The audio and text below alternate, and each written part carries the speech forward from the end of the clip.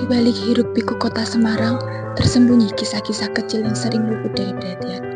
Kisah tentang anak-anak yang lahir tanpa pilihan, namun memiliki hak yang sama untuk dicintai, dilindungi, dan disayang. Rumah Anak Surga adalah tempat tinggal gratis bagi bayi-bayi yatim piatu, duafa, dan terlantar.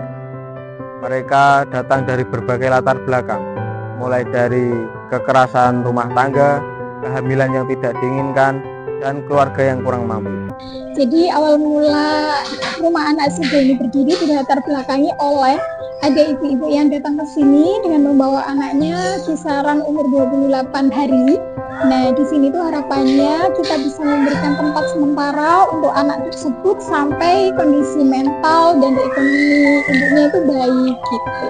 Itu sih awal mula kenapa kok kita kepingin membentuk Yayasan Rumah Anak Surga ini, biar bisa membantu anak-anak yang lain yang mungkin memiliki kasus yang sama. Kalau visi utama kami itu kita sebagai pelindung anak-anak yang terlantar. Dan di situ akhirnya membentuk misi-misi gimana visi tersebut bisa tercapai. Jadi misi-misinya kita mengadakan rumah untuk mereka anak-anak yang terlantar, dan selanjutnya kita di sini juga memberikan perlindungan dengan kesehatan yang baik. Selanjutnya kita juga memberikan pendidikan kepada mereka juga seperti itu. Jadi tidak hanya perlindungan juga, tapi di situ kita juga di misi kita juga ada memperhatikan kesehatannya dan juga pendidikannya seperti itu. Yang tinggal di sini tuh kita maksimal 5 tahun Kak. Iya, setelah 5 tahun kalau emang anaknya itu tidak diambil, nanti itu menjadi hak asuh yayasan gitu. Dan di sini boleh diambil lagi. Setelah 5 tahun itu boleh diambil lagi, kecuali yang penyerahan ya. Kalau penyerahan itu memang tidak diambil dan kita akan asuh gitu sampai nanti pendidikannya juga. Untuk kebutuhan anak-anak di sini kita 90% itu dari donatur. Jadi entah itu dari berbentuk uang, entah itu transfer maupun secara langsung, entah itu berbentuk barang-barang, sayuran, susu, pampers, dan sebagainya. Dan 10%-nya itu dari media-media yang sudah dimonetize. Selain tempat yang nyaman, kita pun juga selektif dalam menentukan pengasuh. Kita benar-benar memperhatikan bagaimana mental pengasuh tersebut, karena anak ya Kak tidak bisa dikerasin, maksudnya kita harus tarik ulur gitu. Selain itu juga kesehatan, jadi kita pun selain ada pengasuh kita juga ada bidang khusus yang menangani kesehatan mereka. Kalau ada anak-anak yang sakit itu dipantau sama bidannya. Kalau memang setelah dipantau itu sakitnya semakin parah, baru kita bawa ke rumah sakit terdekat atau poliklinik terdekat seperti itu. Alhamdulillah kita bisa menjaga itu ya Kak, menjaga tentang pendidikannya, karena kita pun juga ada jadwal mendidik mereka.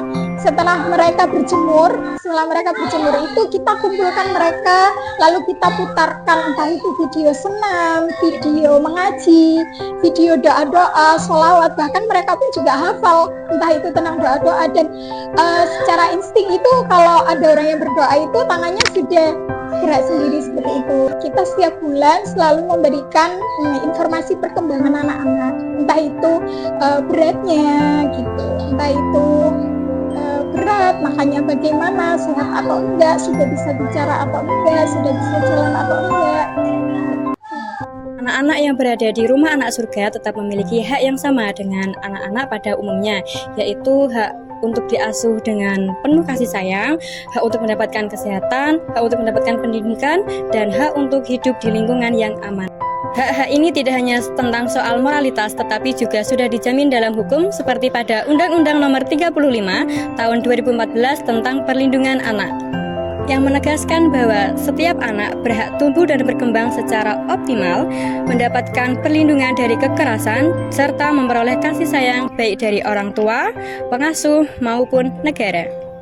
Peraturan Pemerintah Nomor 44 Tahun 2017 tentang pelaksanaan pengasuhan anak juga mewajibkan lembaga pengasuhan seperti panti asuhan untuk memenuhi kebutuhan fisik, mental, spiritual, emosional, dan sosial anak. Di Rumah Anak Surga, upaya ini diwujudkan melalui pengasuhan penuh kesabaran, jadwal pendidikan dini, pemantauan kesehatan oleh bidan, hingga terapi motorik dan sensorik.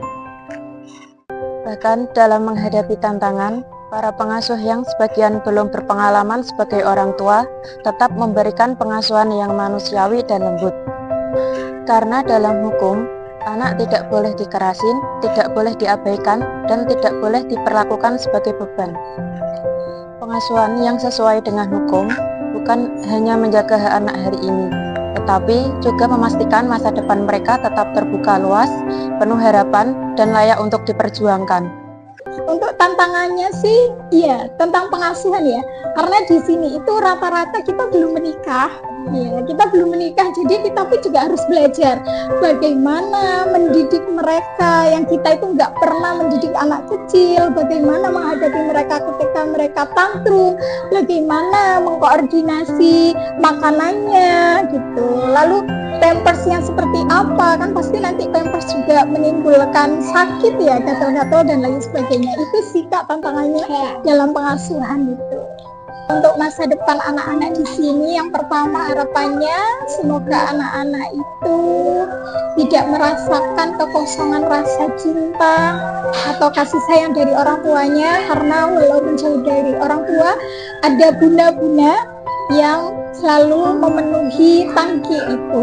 Terus juga harapannya entah itu anak-anaknya masih di sini nanti atau sudah bersama orang tuanya, semoga mendapatkan pendidikan yang layak.